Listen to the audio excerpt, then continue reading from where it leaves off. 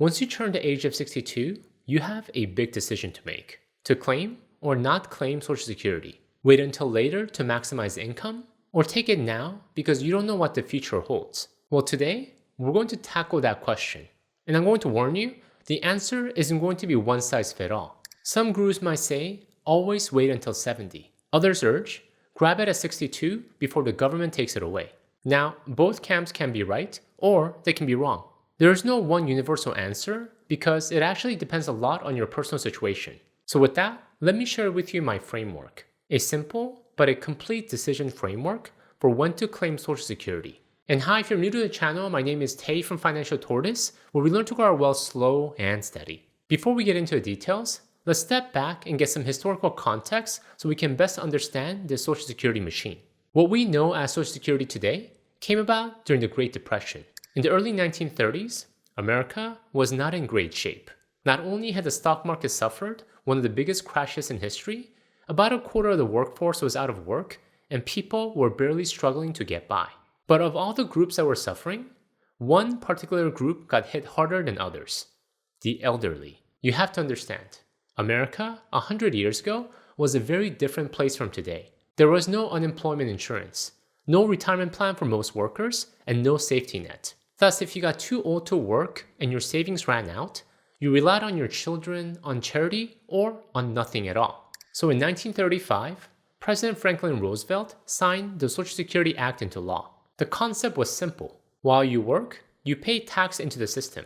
And when you retire, the system pays you a monthly check for the rest of your life. But the way it works actually is not like a personal savings or retirement account that accumulates. There's actually no account with your name on it holding the money you paid. It's a pay-as-you-go system. The payroll taxes coming out of a working person's check today go directly to paying retirees who are collecting benefits today. When you're working, your taxes were funding the generation ahead of you, and the generation behind you gets to fund your benefit. You've likely seen this on your paycheck. It shows up as FICA or sometimes OASDI. That is a Social Security tax. 12.4% of your wages total, split down the middle. 6.2% comes out of your paycheck, and your employer pays the other 6.2% on your behalf. If you're self-employed, you pay both halves yourself. So by the time you reach 62, what you're looking at is the payout of a system you've been paying into since your very first paycheck. A guaranteed, inflation-adjusted monthly income for the rest of your life. Now the only question is when to turn it on. So next, let's talk about the Social Security window. Social Security essentially gives you a window when you can choose to start receiving it. The window is any time between the age of 62 and age 70. And an anchor point within that window is what is called your full retirement age, or FRA. For anyone born in 1960 or later, that age is 67. Why is this the anchor age? It is because your full retirement age is where you can receive 100% of your calculated benefit, what the Social Security Administration calls your primary insurance amount, aka PIA. And here is where the math gets interesting. If you claim early at 62, you don't get 100% of your primary insurance amount. You get roughly 70% of your full benefit, a permanent 30% haircut for life. But if you wait past your full retirement age, the government pays you for your patience. For every year you delay beyond 67, your benefit grows by approximately 8%. Wait all the way to 70, and you're collecting 124% of your full benefit. So let's put some numbers on this. Say your full benefit at 67 is $2,000 a month. Claim at 62, and you get about $1,400 a month. Claim at 67, and you get the $2,000 a month. Claim at 70, and you get about $2,500 a month. That's about an 80% difference between the earliest check and the latest check. Same person, same work history, same taxes paid into the system over 40 years of working. The only difference is when you choose to claim it. And there's one more layer that's important to understand. The bigger check isn't just bigger on day one. It's the base that every future cost of living adjustment gets applied to. Social Security is inflation adjusted, so when inflation runs 3%, your check grows by 3%. And 3% of $2,500 is a lot more than 3% of $1,400. The gap between the early claimer and the late claimer doesn't stay fixed. It widens every single year for the rest of your life. Alright, so if the gap between claiming early and claiming later is this big and only grows with time, Isn't the obvious answer to just delay as long as possible? Wait until 70, collect the biggest check to maximize the total? Well, that's the instinct almost everyone has the moment they see these numbers. And it's the same instinct that leads people straight to what's called the break-even analysis. Let me briefly walk you through a typical break-even analysis. Here's how it works. You take your two options, say, claim at 62 versus claim at 70, and you calculate how many years it takes for the bigger, later checks to catch up to the head start the early checks gave you. Run the numbers, and the break-even age typically lands somewhere around 80 to 83. Live past that age and delaying wins. Die before it and claiming early wins. If you want to see this in action, I built a free Social Security timing analyzer so you can test it out yourself. Plug in your estimated benefit and your life expectancy, and it shows you what you would collect at 62, 67, and 70, side by side with your personal break-even point. It's free, and I'll have the link to download in the description below. Now, while having that number is useful, here's where I want to push back on relying on that number alone. Because what often happens is once you know your break-even age, people naturally turn this decision into a bet on their own life expectancy. But here's the problem with that. It's a bet on something nobody actually knows. When you're going to die. And because nobody knows that date, you can lose this bet on either direction. Bet on an early death, claim at 62, and then live to 95. You spend 3 decades collecting a lower check. And there's no way to go back and undo that decision. Bet on a long life, delay to 70, and then pass away at 71. You spent your last years living lean, protecting a check you barely got to cash. Neither mistake is worse than the other. They're the same mistake, just pointed in different directions. So instead of asking when do I break even, the better question I say is this. Given what I actually know about my finances, my health, and my marriage, not a guess about when I'm going to die, what's the right decision for my personal situation? And that question, as you can guess, doesn't have one universal answer, which is exactly why I want to walk you through a framework rather than a rule. And if you want to take this a step further, if you want someone helping you apply this to your actual situation, that's exactly where the Financial Tortoise community comes in. It includes direct one-on-one coaching with me, my full course library, and a dedicated group working through the same decisions. However, in order to uphold the highest quality experience, I only open enrollment a few times a year. So if you want to be the first to know when doors open next, join the waitlist at financialtortoise.com/community. I'll have the link in the description below. Alright, with that, let's get to the framework. A framework built on 3 layers. I'll walk you through them one at a time. The first layer in this framework is affordability. You want to honestly answer this question. Can you afford to wait? If you're 62, no longer working, and Social Security is what's standing between you and covering your basic expenses, this decision is already made. Just claim it. There's no framework or analysis required. The priority goes to ensuring you can continue to pay for groceries as well as keep the light on. So if you find yourself in this position, go ahead and claim it.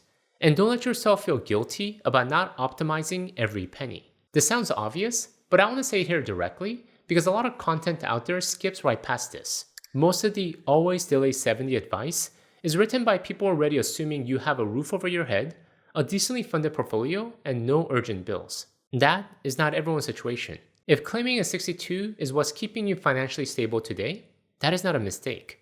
That is the system doing exactly what it was built to do. But here's also where I want you to slow down before you answer this question, because can I afford to wait shouldn't just be made on a gut reaction. It's a decision that requires a real look at your entire finances, especially your portfolio. Because this is what often happens to many retirees. Many are wired to protect their portfolio at all costs.